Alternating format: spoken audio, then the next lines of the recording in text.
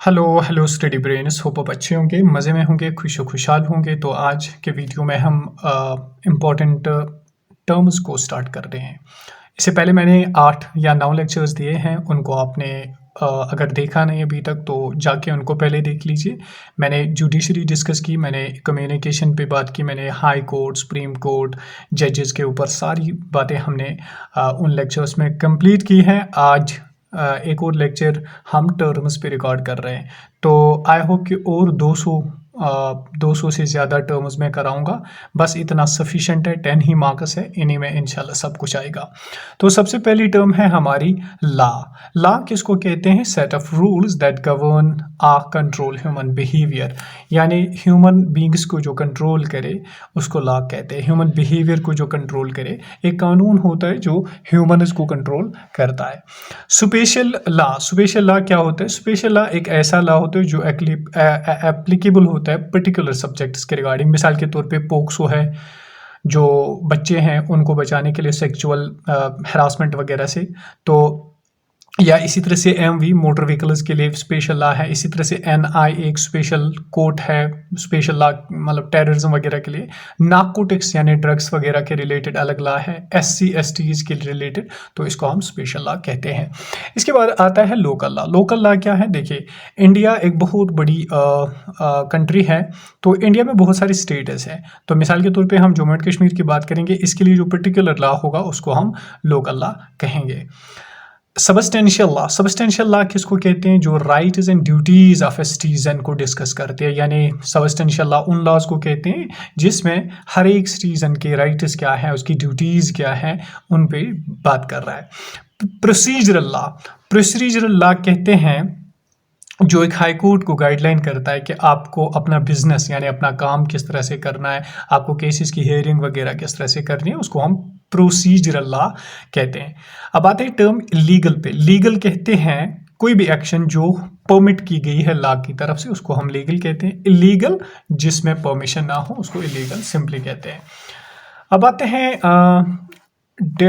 Offence पे। Offence किसको कहते हैं? देखिए, ऑफेंस या क्राइम, ऑफेंस कहते हैं एक्ट प्रोहिबिटेड बाय लॉ। जो भी लॉ ने, जो भी कानून ने किसी चीज़ को पुनिशेबल करार दिया या जुर्म करार दिया, उसको हम ऑफेंस या क्राइम कहते हैं। बेलेबल ऑफेंस कहते हैं जिस ऑफेंस पे, जिस जुर्म पे या जिस क्राइम पे हमें बेल मिले, यानी छोटे छोटे जुर्मस उनको हम बेलेबल ऑफेंस कहते हैं। इसके बाद आते हैं चार्ज पे। चार्ज कहते हैं फर्द जुर्म, यानी जब किसी ने जुर्म किया उसके खिलाफ एक चार्ज शीट बनाया जाता है, तो जो उसमें लिखा होगा उसको हम चार्ज कहेंगे कि मतलब इसको क्या सज़ा मिली, अब इसको क्या कौन सा सज़ा इसको मिल गया जो इसने ऑफेंस किया था। अब आते हैं कॉग्निजेबल ऑफेंस पे। कॉग्निजेबल ऑफेंस होता है वो ऑफेंस जिसमें पुलिस अरेस्ट कर सकती है विदाउट वारंट। देखिए, जब पुलिस किसी को अरेस्ट करने आती है तो उसमें क्या होता है, उसको पहले मजिस्ट्रेट या जज साहब का इजाज़त लेना पड़ता है, परमिशन लेनी पड़ती है। लेकिन कुछ केसेस ऐसे होते हैं जिनमें उनको जज साहब या किसी मजिस्ट्रेट को पूछने की ज़रूरत नहीं होती, उनको कॉग्निजेबल ऑफेंस कहते हैं। मिसाल, मर्डर किया किसी ने, अब जब तक मर्डर किया किसी ने, तो अब जब तक वो मजिस्ट्रेट को पूछेंगे, परमिशन लेंगे, तब तक तो ये मर्डरर पता नहीं कहाँ चला गया होता। इसी तरह से टेररिज्म पे, अगर टेररिज्म कहीं पे हुआ तो कॉग्निजेबल ऑफेंस है। रेप है, किडनैपिंग है, तो इनको कॉग्निजेबल ऑफेंस कहते हैं, यानी पुलिस डायरेक्ट खुद इनको अरेस्ट कर सकती है। कंप्लेंट किसको कहते हैं? कंप्लेंट कहते हैं जो शिकायत की है किसी ने, मिसाल के तौर पे ए ने बी के खिलाफ शिकायत की है कि इसने मेरी ज़मीन खा ली या इसने मेरे पैसे खा लिए, उसको हम सिंपली कंप्लेंट कहेंगे। अब आते हैं दो वर्ड्स, इंक्वायरी और इन्वेस्टिगेशन। इंक्वायरी किसको कहते हैं? इंक्वायरी कहते हैं छानबीन को, इन्वेस्टिगेशन भी छानबीन को कहते हैं। लेकिन इंक्वायरी कहते हैं जब कोर्ट छानबीन करे किसी केस को, और इन्वेस्टिगेशन कहते हैं जब पुलिस किसी को छानबीन करे। इसके बाद आती है जुडिशल प्रोसीडिंग्स। जुडिशल प्रोसीडिंग्स मतलब जो भी कोर्ट में केसेस होते हैं, मतलब उनका तारीख कब है, इनकी केस कब दर्ज हुआ वगैरह वगैरह जो लिखी होती है वहाँ पे डिटेल्स, उनको हम जुडिशल प्रोसीडिंग्स कहते हैं।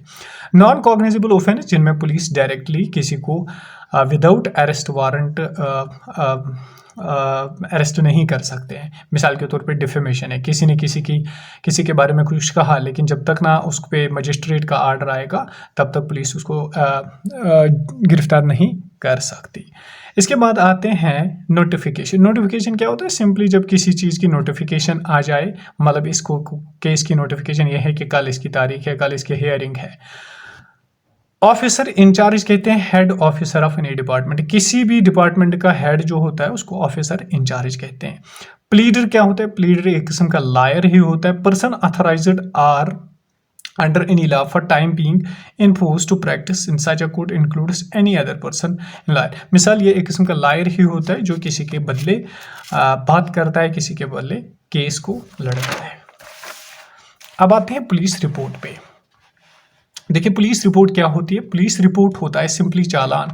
जब पुलिस किसी को बंद करती है, अरेस्ट करती है एक्यूज्ड पर्सन को, उसके खिलाफ फिर अगर वो कॉन्विक्ट कोर्ट ने करार दिया तो उसके खिलाफ चालान जाता है। उसके खिलाफ पुलिस लिखता है कि इसने क्या क्या किया, कैसे किया, तो उसको हम चालान कहते हैं या पुलिस रिपोर्ट कहते हैं। दस्ती समन कहते हैं एक ऐसी समन जो हैंडली डिलीवर की जाती है, यानी the process that involves delivering a summon to a witness. एक विटनेस को समन दी जाती है। इसके बाद आता है वारंट। वारंट क्या होता है? एक रिटन वारंट होता है, रिटन ऑर्डर होता है जज का पुलिस के लिए कि अरेस्ट कर लो किसी एक्यूज्ड पर्सन को, उसको सिंपली हम वारंट कहते हैं। दस्ती वारंट क्या होता है? दस्ती वारंट जो SHO station house officer accused को देता है, राइट, उसको दस्ती वारंट कहते हैं। इसके बाद आती है टर्म विक्टिम। विक्टिम कहते हैं who suffered any loss. For example A ने बी को मार दिया तो बी यहाँ पे विक्टिम बन गया, इसको लॉस हो गया, इसको खून निकल गया या इसको कोई गाड़ी का नुकसान हो गया, इसको हम विक्टिम कहेंगे। Suffered any loss. ट्रायल कहते हैं सिंपली तारीख पे तारीख। ट्रायल क्या है? Process to determine the guilt और innocence of accused person by the जज। मिसाल के तौर पे अभी डिटरमाइन ही नहीं होता है, अभी केस पे केस, तारीख पे तारीख लगता है कि अब कल नेक्स्ट हियरिंग होगी, फिर कहते हैं नेक्स्ट 30 डेज के बाद नेक्स्ट हियरिंग होगी। इसी तरह केस अभी शुरू ही नहीं हुआ तो तारीख पे तारीख रखी जाती है, उसको हम ट्रायल कहते हैं। इसके बाद आता है डिटेंशन। डिटेंशन क्या होता है? डिटेंशन शॉर्ट पीरियड के लिए एक कन्फाइनमेंट होता है। जब पुलिस किसी को शॉर्ट पीरियड के लिए डिटेन करता है, बंद रखता है, उसको हम डिटेंशन कहते हैं। इम्प्रिजनमेंट कहते हैं पुटिंग बिहाइंड द बार्स। देखिए डिटेंशन होता है छोटे पीरियड का। फॉर एग्जांपल दो बंदों के दरमियान बाहर लड़ाई हो गई, एक ने थप्पड़ मारा, दूसरे ने भी थप्पड़ मारा, अब दोनों को पुलिस ने रखा शाम तक बंद कि आपने ऐसा क्यों किया, तो उसको कहते हैं डिटेंशन। लेकिन इम्प्रिजनमेंट कहते हैं जब किसी को सज़ा मिले, जज साहब सज़ा दे, फिर उसको जेल के अंदर 1 साल, 1.5 साल, 2 महीने, 4 महीने लिया जाएगा, उसको हम इम्प्रिजनमेंट कहते हैं। कंप्लेनेंट कहते हैं party who makes complaint. Complainant कहते हैं उस पार्टी को जो लॉसूट करती है, जो केस करती है किसी के खिलाफ, उसको कंप्लेनेंट कहते हैं। अच्छा, जो फिर मतलब दूसरा होता है ना जिसके खिलाफ केस किया जाता है, उसको हम डिफेंडेंट कहते हैं या रेस्पोंडेंट कहते हैं। अच्छा, प्लीडर क्या होता है? Lawyer who appear in court on behalf of a client. Pleader हमने यहाँ पे पढ़ा। प्लीडर कहते हैं एक लॉयर होता है जो ना क्लाइंट के बदले कोर्ट में दाखिल होता है, शामिल होता है या प्रेजेंट होता है, उसका केस लड़ता है सिंपली। लीगल प्रैक्टिशनर होता है एक ऐसा बंदा जिसको लॉ की नॉलेज हो, लॉ कानून की नॉलेज हो, और वो लोगों को बोलता है कि आपको इस केस में ऐसे करना होगा, ऐसे करना होगा, उसको कहते हैं लीगल प्रैक्टिशनर। अब आते हैं विटनेस और टेस्टिमनी, दोनों को एक साथ समझेंगे। विटनेस कहते हैं person who provides evidence. Person, for example यहाँ पे ये बंदा है, इसको हम एविडेंस कहते हैं, सॉरी विटनेस कहते हैं। क्या कहते हैं? विटनेस, गवाह, उर्दू में इसको गवाह कहें। लेकिन फिर जो ये बोलता है कोर्ट में, चाहे वो ऑरली बोले या रिटन स्टेटमेंट्स में बोले, उसको हम कहते हैं टेस्टिमनी, यानी गवाही। टेस्टिमनी और गवाह और गवाही को अच्छी तरह से आप समझ आया होगा। अब आते हैं एग्जामिनेशन पे। एग्जामिनेशन क्या होता है? क्वेश्चनिंग ऑफ विटनेस बाय जज। देखिए जिसके खिलाफ मतलब दो बंदों के दरमियान लड़ाई हुई, अब विटनेस आया, तीसरा बंदा, ठीक है, तीसरा बंदा विटनेस आया, इसको जज साहब जब क्वेश्चन पूछे तो उसको हम एग्जामिनेशन कहेंगे, राइट। फिर कहते हैं examination in chief. Examination in chief क्या होता है? मतलब ए था इसमें विटनेस, जब इसको मतलब ए जो है इसको जब अपना वकील क्वेश्चन पूछे, ठीक है, विटनेस मतलब जिनकी तरफ से केस हुआ होगा उनका क्वेश्चन पूछे वकील, उसको कहते हैं examination in chief. Cross examination कहते हैं जब इसको अपोजिट वाला वकील क्वेश्चन पूछे। मैं यहाँ पे समझाता हूँ। देखिए बी और सी को लड़ाई हो गई, राइट, बी और सी को आपस में लड़ाई हो गई, झगड़ा हो गया। अब ए है विटनेस, ए को जब बी का वकील क्वेश्चन पूछे तो इसको हम कहेंगे एग्जामिनेशन इन चीफ। लेकिन अगर ए को क्रॉस क्वेश्चन पूछा जाए, ये अब इसके बारे में गवाही देता है, लेकिन अगर सी का वकील पूछे तो उसको हम कहते हैं क्रॉस एग्जामिनेशन, क्योंकि इसका अपना वकील होता है और इसका अपना वकील होता है, राइट। उसको हम क्रॉस एग्जामिनेशन कहेंगे। तो रीडायरेक्ट एग्जामिनेशन जो होता है जब वापस से पहली वाली क्वेश्चन पूछे, यानी पहला वाला ही अपना ही वकील क्वेश्चन पूछे। इसके बाद आते हैं ऑर्डर। ऑर्डर क्या होता है? A formal decision that is not decree. Order एक ऐसा मतलब डिसीजन होता है जो डिक्री नहीं होता है, यानी वो फाइनल नहीं होता है। फॉर एग्जांपल कोर्ट कहता है कि आज ऑर्डर ये है कि इस केस को फिलहाल बंद कर दो, या ऑर्डर ऑफ द कोर्ट ये है कि कल इसकी सुनवाई होगी, तो उसको हम ऑर्डर कहेंगे। डिक्री होता है फाइनल जजमेंट, जब किसी को कहा जाता है कि इसने जीता या इसने हारा। डिक्री यही है, हमने दोनों चीजें समझी। इसके बाद आता है जजमेंट। जजमेंट कहते हैं decision that state is the relief granted on the grounds for the degree. यानी जजमेंट भी एक किस्म का फैसला ही होता है जो कि civil as well as criminal cases में लिया जाता है। इसके बाद आती है कस्टडी। कस्टडी कहते हैं physical control of a person और प्रॉपर्टी, किसी को तहवील में लेना, किसी को बंद रखना, उसको कहते हैं कस्टडी। एबिटमेंट कहते हैं एनकरेजन, उकसाना, किसी को सिंपली प्रोवोक करना कि आप ये जुर्म करो, उसको कहते हैं एबिटमेंट। इसके बाद आती है रोइट। रोइटिंग कहते हैं वायलेंस, दंगा फसाद करना। कल्पेबल होमिसाइड कहते हैं killing a person either intentionally और अनइंटेंशनली। मतलब दो बंदे बैठे हुए थे, एक के हाथ में गन था, तो अचानक से ट्रिगर लग गया तो वो दूसरा बंदा मर गया। तो उसने कहा कि ये इसको कहेंगे हम कल्पेबल होमिसाइड, मतलब इंटेंशनली अनइंटेंशनली वो मर गया, उसको कहेंगे कल्पेबल होमिसाइड। मर्डर कहते हैं इंटेंशनल किलिंग को। देखिए मर्डर मतलब इंटेंशनल किलिंग जिसमें मेनसरिया होता है, यानी जिसमें इंटेलेक्ट शामिल होता है कि हाँ मैं इसको मार दूंगा, मारने की नीयत से जाता है, उसको मर्डर कहेंगे। Negligent act when someone fails to behave with the level of care, यानी गलती से गाड़ी को किसी को धक्का दिया, गलती से मतलब आप गाड़ी चला रहे हो, किसी को धक्का आ गया, उसको हम कहेंगे नेग्लिजेंट एक्ट। इसके बाद आते हैं मिसकरेज पे। मिसकरेज क्या होता है? देखिए मिसकरेज होता है जब एक वुमेन का बच्चा लॉस हो जाए 20th वीक से पहले, यानी 20 हफ्तों से पहले अगर उसका बच्चा किसी वजह से उसको प्रॉब्लम हो जाए तो उसको कहते हैं मिसकरेज। वॉलंटरी कहते हैं खुद से, यानी वॉलंटियरली कोई गवाही देना कोर्ट में या कोई एक्ट करना, उसको कहते हैं वॉलंटियरली। रॉन्गफुल रेस्ट्रेंट किसको कहते हैं? देखिए रॉन्गफुल रेस्ट्रेंट कहते हैं, मिसाल के तौर पे यहाँ से एक रोड है, ये सारे पब्लिक के लिए रोड है, लेकिन कोई बंदा उठता है ना, पर्सन बी को कहता है कि मैं आपको यहाँ से जाने नहीं दूंगा, चलने नहीं दूंगा, उसको कहते हैं रॉन्गफुल रेस्ट्रेंट, यानी ये एक रास्ता पर रोकना। Wrongful confinement. रॉन्गफुल कन्फाइनमेंट मतलब किसी को कमरे में बंद रखना और बाहर से दरवाज़ा ताला रखना, तो उसको कहेंगे रॉन्गफुल। अचानक ऐसे ही रख दिया तो उसको कहेंगे रॉन्गफुल कन्फाइनमेंट। हैरासमेंट और सेक्सुअल हैरासमेंट।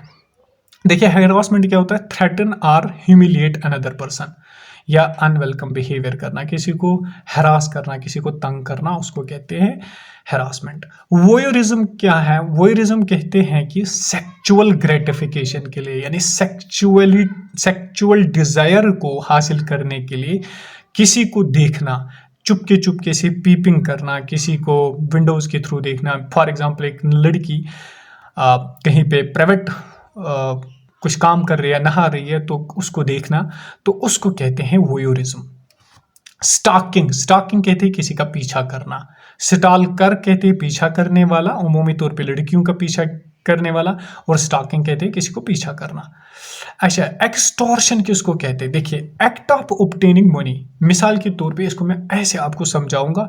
एक्सटॉर्शन कहते हैं ये है रॉबर्स, चोर, ठीक है, चोर। हमें कंसेप्ट समझना चाहिए चीज़ों का, याद करने की ज़रूरत नहीं है बड़ी बड़ी फुल फॉर्म्स या बड़ी बड़ी सेंटेंसेस। ये है रॉबर्स।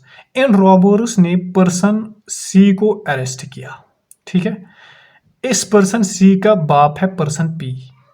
अब ये रॉबर्स इस पर्सन पी को फ़ोन कर रहे हैं कि हमें 10,000 दे दो या 50,000 दे दो। अगर आपने 50,000 नहीं दिए तो हम आपके बेटे को मार देंगे। तो ये जो 50,000 देगा आप बेटे को छुड़ाने के लिए, उसको कहते हैं एक्सटॉर्शन। आई होप कि आपको अच्छे से समझ आया होगा। इसके बाद आते हैं डकैती पे। डकैती किसको कहते हैं? डकैती कहते हैं किसी फ्रॉड को। मतलब कोई बोले आपको कि ये है अमेज़न की एप्लीकेशन, अभी सेल चल रही है, इस पर क्लिक कर लो, आपको मिलेंगे 10,000 का जो मटेरियल है वो फ्री मिलेंगे आपको। तो आपने क्लिक किया, आपको पैसे कट गए वगैरह, तो इसको कहते हैं डकैती, फ्रॉड करना। Dishonest miss appropriation. Dishonest miss appropriation क्या होता है? Illegal and intentional use of another persons property for own use. किसी की जमीन को इलीगली इस्तेमाल करना, उसको कहते हैं डिसऑनेस्ट मिस अप्रोप्रिएशन। इसको कहते हैं क्रिमिनल ब्रीच ऑफ ट्रस्ट। इसके बाद है क्रिमिनल ब्रीच ऑफ ट्रस्ट। मतलब आपने किसी के पास 5 लाख रुपए रखे और महीने बाद बोला कि दे दो, उसने बोला कि मेरे पास तो 4 लाख या 1 लाख खर्च हो गया, उसको कहते हैं क्रिमिनल ब्रीच ऑफ ट्रस्ट। इसके बाद आता है मिसचीफ। मिसचीफ कहते हैं criminal offence that involves intentional damage और डिस्ट्रॉइंग प्रॉपर्टी। किसी को इन्वॉल्व इंटेंशनली डैमेज करना किसी की प्रॉपर्टी वगैरह को, उसको कहते हैं मिसचीफ। ट्रेसपास क्या कहते हैं? ट्रेसपास कहते हैं फॉर एग्जांपल ये आपका घर है, ये मेरा घर है और यहाँ पे यहाँ तक आपकी बाउंड्री, यहाँ तक मेरी बाउंड्री, तो मैं यहाँ आऊँगा, आपके मकान में आऊँगा, आपके ज़मीन में आऊँगा चोरी के पर्पज़ से या किसी गलत पर्पज़ से, तो उसको कहते हैं trespass. Lurking house trespass. Lurking house trespass कहते हैं किसी के घर में छुप कर दाखिल होना, उसको लर्किंग हाउस ट्रेसपास कहते हैं। फॉर्जरी किसको कहते हैं? ये इंपॉर्टेंट है, एग्जाम में पूछा जा सकता है, परजूरी, फॉर्जरी। तो फॉर्जरी कहते हैं क्रिएटिंग, आल्टरिंग, इमिटेटिंग डॉक्यूमेंट या सिग्नेचर, किसी डॉक्यूमेंट को चेंज करना। फॉर एग्जांपल डॉक्यूमेंट में कुछ लिखा है और आप उसको तब्दील करके कुछ लिखोगे, तो उसको कहते हैं फॉर्जरी। डिफेमेशन कहते हैं किसी को बेइज्जती करना। मतलब कोई बंदा है, उसको क्या किया आपने, उसकी रेपुटेशन को बेइज्जत कर दिया, उसकी रेपुटेशन गिराने के लिए उसके खिलाफ कोई अफवाह, रूमर फैला दी, उसको डेफेमेशन कहते हैं, किसी को बेइज्जत करने की कोशिश करना। क्रिमिनल इंटिमिडेशन कहते हैं threat someone that I will harm you. मतलब क्रिमिनल इंटिमिडेशन कहते हैं आपने किसी को थ्रेट किया कॉल पे कि मैं आपको मार दूंगा, या मैं आपको, आपके बाग को नुकसान करूंगा, मैं आपकी ज़मीन को नुकसान करूंगा, उसको कहते हैं क्रिमिनल इंटिमिडेशन। इसके बाद आता है सूट। सूट कहते हैं, लॉ सूट भी इसको कहते हैं, दावा करना, किसी के खिलाफ एप्लीकेशन फाइल करना कोर्ट में। प्लेंट कहते हैं legal document that initiates civil law suit in a court. मतलब प्लेंट कहते हैं अर्जी को, मतलब कि कोई एक ऐसा डॉक्यूमेंट कोर्ट को कहना कि मैं एक सिविल लॉ सूट करना चाहता हूँ, एक किसी के खिलाफ केस करना चाहता हूँ। इसके बाद आते हैं पिटीशन पे। पिटीशन क्या होता है? पिटीशन होती है written request for legal action. मतलब किसी के खिलाफ एक रिटन रिक्वेस्ट देना कि इसके खिलाफ लीगल एक्शन ले लीजिए क्योंकि इसने मुझे नुकसान किया है। डिक्री होल्डर किसको कहते हैं और जजमेंट राइटर किसको कहते हैं? देखिए, दो बंदों के दरमियान कोर्ट में केस चल रहा था। अब पर्सन ए ने जीता, पर्सन बी हारा। पर्सन ए को हम डिक्री होल्डर कहेंगे, पर्सन बी हारने वाले को हम जजमेंट डेटर कहेंगे। सिंपल। पिक्यूनरी जुरिस्डिक्शन कहते हैं power of court to hear cases based on monetary value पे। मतलब सुप्रीम कोर्ट में कितने पैसे लगेंगे एक कोर्ट केस को सुनने में, हाई कोर्ट में कितने पैसे, तो मॉनेटरी वैल्यू के बेस पे केस को सुनना, उसको पिक्यूनरी जुरिस्डिक्शन कहते हैं। मेसनी प्रॉफिट। देखिए मेसनी प्रॉफिट क्या होता है? मतलब मेसनी प्रॉफिट है कि एक प्रॉपर्टी थी ए की, उसको खाया बी ने, इसके पास ताकत नहीं था बेचारे के पास। अब 5 साल के बाद इसको ताकत आ गई कि इसने लड़ा। अब बी को क्या हुआ? बी को एक तो वो ज़मीन वापस करनी पड़ी और दूसरा उसको वो प्रॉफिट भी देना, वो पैसा भी वापस देना पड़ेगा जो इसने 5 साल इसे हासिल किया। उस पैसे को कहते हैं मेसनी प्रॉफिट। अच्छा, लीगल रिप्रेजेंटेटिव। लीगल रिप्रेजेंटेटिव कहते हैं person who acts on behalf of another person. मतलब लीगल रिप्रेजेंटेटिव कहते हैं अगर आपका कोई छोटा होगा, माइनर होगा, उसको कुछ प्रॉब्लम होगी तो हॉस्पिटल में आपको उसके खिलाफ, उसके बदले साइन करना पड़ता है। तो लीगल रिप्रेजेंटेटिव वो बंदा होता है जो किसी के बदले बिहाफ पे काम करता है, साइन करता वगैरह है या उसके बदले गारंटी देता है। रेस सब जुडाइस और रेस जुडिकाटा, दोनों को अच्छे से समझेंगे, दोनों लेटिन वर्ड्स है। देखिए, अंडर ए जज इसका मतलब होता है रेस सब जुडाइस, मतलब अंडर ए जज। मिसाल के तौर पे किसी ने कोर्ट में केस किया, अब कोर्ट में केस चल रहा है, उसको लगा कि नहीं यार मुझे किसी और कोर्ट में जाना चाहिए, वो वहाँ पे चला जाएगा। लेकिन उसको स्टे ऑफ सूट भी कहते हैं। इसको कहा जाएगा कि नहीं, ये कोर्ट में तो केस चल रहा है, इसको हम दोबारा नहीं खोल सकते हैं, या दोबारा आपका केस नहीं, फिलहाल आप सुनिए पहले वाले कोर्ट में आपका फैसला क्या आएगा। Res judicata Latin means anything adjudged. It prevents parties from relegating claim or defense that has already been decided. Res judicata मतलब केस को डिसाइड किया गया है, मतलब केस को किसी ने डिसाइड किया है कि ये ए ने जीता, लेकिन इसके बाद जाना चाहते हैं कहीं और पे केस करने के लिए, तो वहाँ पे कहा जाएगा इसको तो इस पे तो फैसला आ चुका है, पहले हम उसको देखेंगे, उसको कहते हैं रेस जूडिकाटा। आई होप कि यहाँ तक आपको टर्म्स समझ आई होंगी। तो कल हम मोर टर्म्स करेंगे। Stay tuned, stay blessed and be happy all the times. Thank you.